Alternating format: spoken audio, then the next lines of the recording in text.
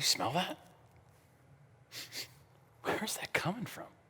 Wait, actually, I think that's coming from the other side of the screen there. I think that's coming from you. Man, you stink. Wow. I mean, actually, I stink too. You stink, I stink. Heck, we all stink.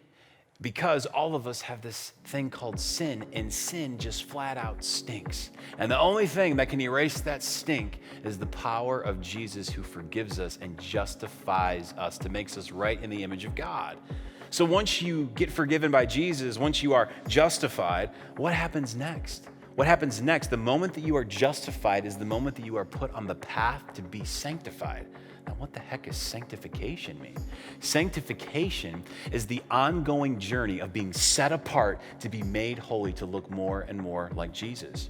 Well, what can we expect on the path of sanctification? What does that look like for all of us? Now, here's a few things that we can expect along the journey, along the path of sanctification. The first thing is that good news is there's a pattern. He's given us a model. He's given us a tool. He's given in himself, the Holy Spirit, the scriptures, prayer, church, the people to help us stay on track, to give us a pattern. He's not, hey, good luck, be blind. No, he's saying, no, you're not alone in this. He gives us a pattern. Not only has he given us a pattern along the path of sanctification, not only that, sometimes as we're going down the road of sanctification, we get conflicted and we don't know which way to go, because you want to do this, but you don't want to do this, and you're going back and forth. And so a lot of times on the path of sanctification, we're going to feel a pressure on the path. There's going to be a pressure on the path of sanctification, the pressure of going the world's way versus going God's way.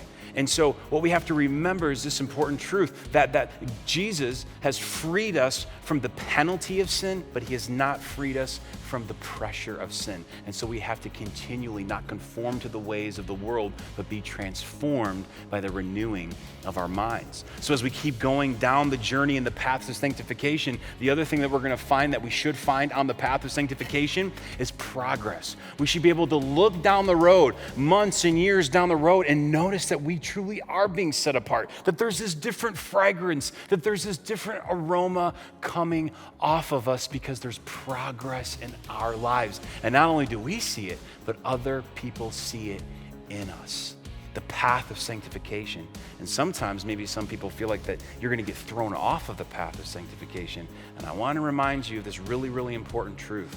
Once you are justified, in that moment, you are sanctified. And that is secure. And you don't get put off the path. You don't get put off the path. It's maybe that you weren't really on the path in the first place. But only you can decide that. Only you can answer that. So, are you on the path of sanctification? Are you being set apart? Are you being holy, becoming transformed into the image of God, or not? What does the path of sanctification look like for you in your life?